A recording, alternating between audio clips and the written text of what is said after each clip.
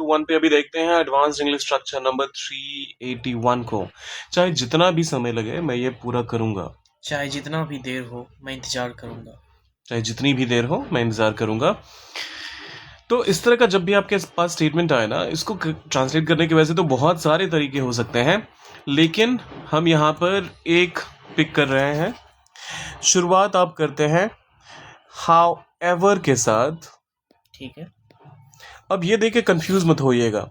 How ever एक adverb है, लेकिन जब आप हाउ एवर लॉन्ग कहते हैं तो आप समय की बात कर रहे होते हैं। ठीक है। So however long it takes, इसके साथ आप सेंटेंस की करेंगे शुरुआत, और फिर इसके बाद आप लाएंगे सब्जेक्ट को, फिर विल को। मतलब बेसिकली आप यहाँ पर जो आपका सेंटेंस का दूसरा क्लॉज रहता है however long it takes के बाद, जो दूसरा क्लॉज रहता है वो सिंपल फ्यूचर में रहता है।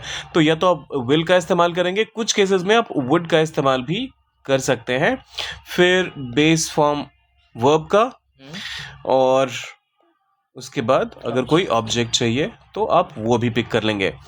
जैसा मैंने कहा, इसको ट्रांसलेट करने के और भी तरीके हो सकते हैं। अगर मान लीजिए मैं यूं कहूं, no matter how long it takes, तो इसका मतलब भी सेम ही आएगा। अगर मैं ये कह दूं no matter how much time it takes, तो भी उसका मतलब सेम निकल कर आएगा। तो कहने का मतलब irrespective of the time it will take, तो इन सब का मतलब सेम ही निकल कर आएगा। लेकिन फिलहाल हम however long it takes का इस्तेमाल यहाँ पर करने वाले हैं, सीखने वाले हैं। तो पहला स्टेटमेंट इसमें आता है चाहे जितना भी समय लगे मैं यह पूरा करूंगा। सो however long it takes, मैं इसे पूरा करूंगा। I will finish this. however long it takes, I will finish this. अच्छा, कॉमा की जरूरत है क्या? हाँ। Okay, however long it takes, I will finish this. चाहे जितनी भी देर हो मैं इंतजार करूंगा। However long it takes. however long it takes, मैं इंतजार करूंगा। I will wait. I will wait, ये तो बेहद आसान हो गया ना।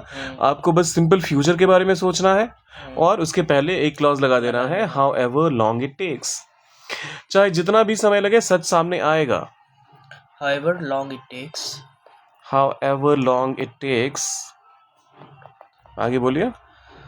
The truth will come out. the truth will come out।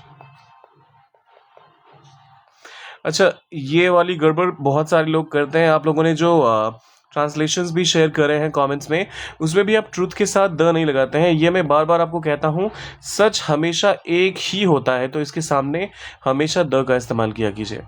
So however long it takes the truth will come out. However long it takes, the truth will come out. अब जाने से पहले इसका ट्रांसलेशन आप कर लीजिए।